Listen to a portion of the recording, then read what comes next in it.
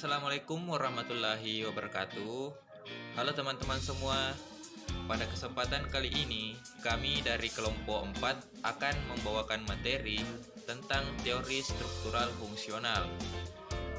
Nah, berikut adalah penjelasan dari para pemateri kelompok 4 dan saya harap teman-teman dapat menyimak dengan baik. Terima kasih.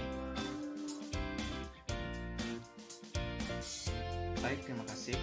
Dalam pendahuluan ini, perlu kita mengetahui bahwa pembangunan adalah sebuah proses perubahan yang mencakup seluruh sistem sosial, seperti politik, ekonomi, infrastruktur, pertahanan, pendidikan, dan lembaga. Pembangunan juga merupakan sebuah proses yang direncanakan untuk memperbaiki berbagai aspek kehidupan masyarakat. Adapun struktural fungsional merupakan sebuah sudut pandang yang berupaya menafsirkan masyarakat sebagai sebuah struktur dengan bagian-bagian yang saling berhubungan. Dalam hal ini, fungsionalisme menafsirkan masyarakat secara keseluruhan dalam bagian-bagian yang saling berhubungan seperti dalam hal fungsi dan elemen-elemen konstituennya, seperti tradisi, adat, norma, dan institusi. Proses pembangunan merupakan suatu perubahan sosial budaya yang mendorong kompleksitas dalam kehidupan masyarakat, menyangkut berbagai aspek dan berkaitan erat dengan evolusi dan modernisasi. Sedangkan teori struktur fungsional memiliki kecenderungan konservatif dan dinilai tidak mampu menjelaskan perubahan sosial pada masa kini. Dengan adanya perbedaan besar dalam kedua paradigma ini, bisakah kemudian keduanya disinergi jika diimplementasikan dalam kehidupan sehari-hari? Jadi struktural fungsional ini merupakan perspektif pemikiran sosiologis yang sangat berpengaruh, terutama tahun 1960-an. Para teoretisi cenderung memulai mencatat tradisi ini dari masa Auguste Comte pada tahun 1798 hingga 1857. Comte yang mengembangkan pemikiran filsafat positivistik ini memiliki pandangan bahwa pengetahuan dan masyarakat dalam proses transisi secara evolusi. Teori sosiologi berfungsi untuk memahami faktor-faktor yang tak terelakkan dan diperlukan bagi sejarah evolusi masyarakat. Muara dari semua itu ialah untuk membawa kehidupan masyarakat dalam tertib sosial yang baru. Dalam catatan sejarah, Bergson adalah tokoh fungsionalisme struktural yang terbesar hingga saat ini.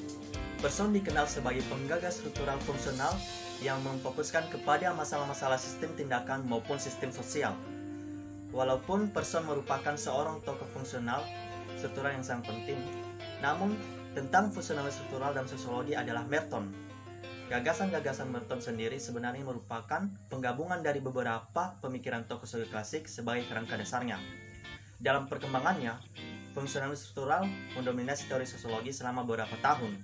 Namun dalam 3 dekade terakhir, arti pentingnya telah merosot secara dramatis dan dalam beberapa hal telah tenggelam dalam sejarah teori sosiologi. Assalamualaikum warahmatullahi wabarakatuh. Di video kali ini saya akan menjelaskan mengenai teori fungsional struktural dalam kehidupan sosial. Talcott Parsons dalam menguraikan teori menjadi subsistem yang berkaitan menjelaskan bahwa di antara hubungan fungsional struktural cenderung memiliki 4 tekanan yang berbeda dan terorganisir secara simbolis. Yang pertama, pencarian pemuasan psikis. Yang kedua, kepentingan dalam menguraikan pengertian-pengertian secara simbolis. Yang ketiga, kebutuhan untuk beradaptasi dengan lingkungan organisifis. Dan yang keempat, usaha untuk berhubungan dengan anggota-anggota makhluk manusia lainnya. Parsons menekankan saling ketergantungan masing-masing sistem itu ketika dia menyatakan secara konkret setiap sistem empiris mencakup keseluruhan.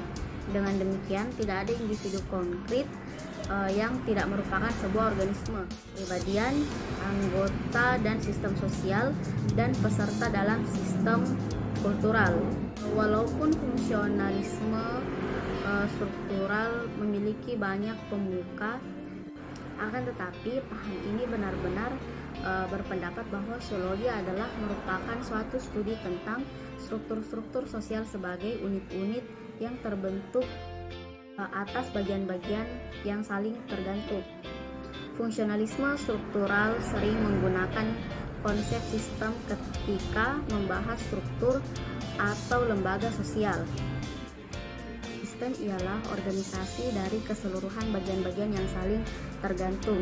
Seperti layaknya sebuah sistem, maka struktur yang terdapat di masyarakat akan memiliki kemungkinan untuk selalu sistem cenderung ke arah keseimbangan, yang mana maka perubahan tersebut selalu merupakan proses yang terjadi secara perlahan sehingga mencapai posisi yang seimbang, dan hal itu akan terus berjalan seiring dengan perkembangan kehidupan manusia.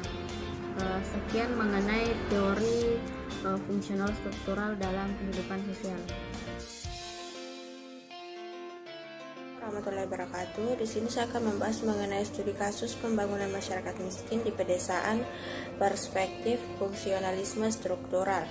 Tujuan pelaksanaan pembangunan diantaranya adalah meningkatkan ketersediaan serta memperluas distribusi kebutuhan dasar rakyat banyak. Isu sentral masalah pembangunan yang masih menghantui bangsa Indonesia saat ini adalah masalah pengangguran dan masalah kemiskinan.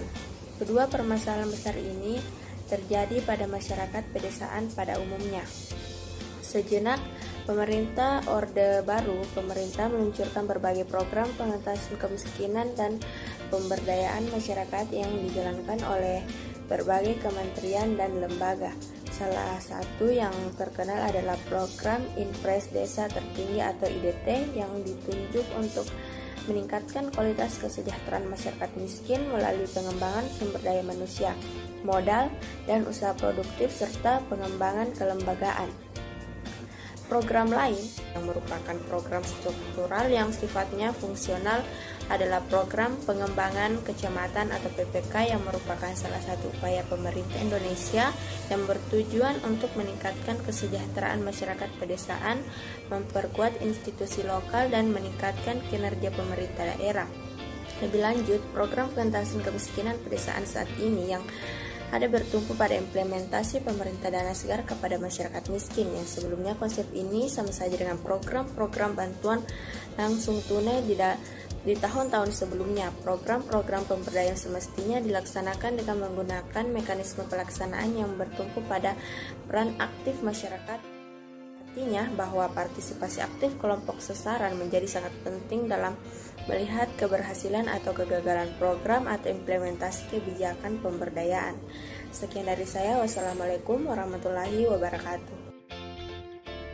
Baik, di sini saya akan menjelaskan mengenai konsep dan pendekatan program pembangunan, khususnya pemberdayaan masyarakat sebagai bagian dari upaya pemerintah dalam menanggulangi kemiskinan yang masih berorientasi pada struktur fungsional. Nah, adapun secara konseptual, semuanya sudah mengedepankan partisipatif masyarakat dan mengutamakan pemberdayaan dalam setiap langkah tersebut, langkah kegiatannya. Namun demikian dalam implementasinya, kadang nilai partisipatif pemberdayaan itu, pemberdayaan masyarakat ini masih menjadi nomor 2 dibandingkan dengan pencapaian target dan proyek. Hal ini kita bisa maknakan bahwa kuantitas tidak dibanding sama dengan kualitas pencapaian program pembangunan masyarakat di pedesaan. Program pembangunan yang selama ini berlangsung di masyarakat hanya mementingkan pihak tertentu tanpa mengutamakan masyarakat untuk menjadi subjek program, sehingga program-program yang bersifat struktural fungsional yang basis kebijakannya dari atas, dalam artian terdapat kepentingan dalam program-program pembangunan masyarakat. Tidak heran jika masih terdapat masyarakat pedesaan yang masih di bawah garis kemiskinan. Nah, dalam program pembangunan masyarakat di pedesaan perlu evaluasi dan juga pengawasan berkala dalam pembuatan kebijakan, hingga implikasinya secara kualitas pembangunan masyarakat wilayah desa bisa-bisa saja utamanya dapat dirasakan dengan kualitas pembangunan sumber daya manusia. Terima kasih. Tadi pemaparan materi dari kelompok 4 mengenai teori struktural fungsional. Mudah-mudahan teman-teman bisa memahami penjelasan setiap sub pembahasan dari kelompok kami. Saya ucapkan banyak terima kasih. Wassalamualaikum warahmatullahi wabarakatuh.